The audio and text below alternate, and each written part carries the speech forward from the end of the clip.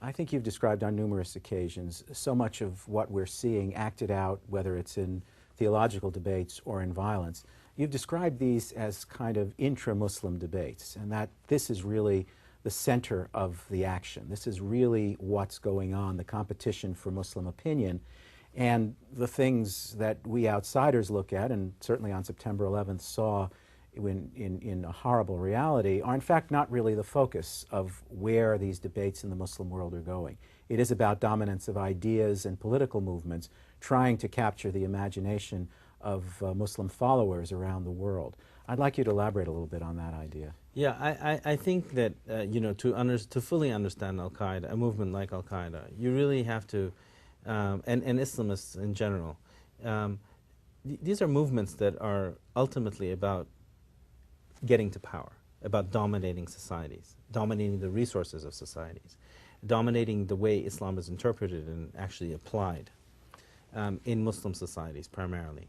And in al-Qaeda, as an example, you see very clearly that the Islamist experience of the 1980s and 1990s was one where Islamic political movements tried to confront the state, the Arab states. The principal examples here are Algeria and Egypt. In each of these instances, Islamists did not come to power through elections. They were not permitted to win through elections. They turned to violent means against the state. They failed. These states, whether it's Algeria or Egypt, are extremely powerful, and they have unbelievably harsh means at their disposal, where they torture people, they torture families of individuals who are associated with Islamism. I mean, the stories are horrific. The experience of Islamists, and including members of al-Qaeda, was that you cannot topple these regimes. So we have to think of other ways of toppling them and of radicalizing Muslim populations against these regimes. So one way of doing this is to, in fact, attack the patron of these regimes, America. They describe America as a snake, and that if you cut the head of the snake off, the snake will writhe in ways that will make regimes very uncertain in the region,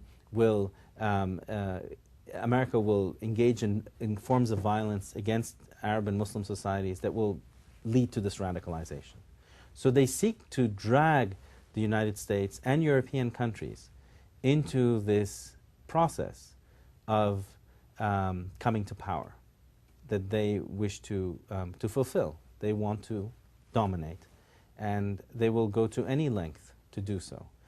And I think 9/11 has to be understood as part of that attempt of movements like this to gain power in the Muslim world. Well, from that point of view, one can see 9/11 as an extremely effective attack, reaching into the heart of the United States, devastating consequences, unexpectedly hitting where really no attack was expected. So in that sense, it has an enormous impact in furthering their message that they can deliver, they can be powerful, yes, and that they can shake the United States at its core. Yes. It has been, actually. I think that 9/11, from many respects, has been, at least from al-Qaeda's perspective, has been a success in that it has led to the United States doing certain things in the Muslim world and confirming to Muslim populations the version of how the world works, the version of al-Qaeda's version of how the world works. So al-Qaeda's version of how the world works is that the Muslims are under attack by the West constantly, whether culturally, economically, militarily. The West is only interested in taking the resources of the Muslim world and controlling these resources, and will go to any length to do so, so that and that the West, and specifically the United States, keeps these puppet regimes in power in order to control and exploit these resources for the benefit of the West and to the detriment of Muslims. But where al-Qaeda has failed dismally is the bit of their ideology that says, well, this is what you need to do, Muslims, to change the world. We describe it accurately, we describe the way the world works, but what you need to do now is to privatize violence. Every Muslim has an individual duty to take upon himself or herself the means to engage in violence against Americans, against Jews, against the regimes themselves, in order to effect this change. in the Arab and Muslim world. That, I think, and I know, most Muslims have shied away from and have rejected. And these tactics, these violent tactics that al-Qaeda has pushed and has advocated, have often led to the death of other Muslims, primarily the death of other Muslims. You know, you see this in examples, for instance, in that very famous attack in the hotel in Amman, Jordan, where a wedding party where only Muslims were present.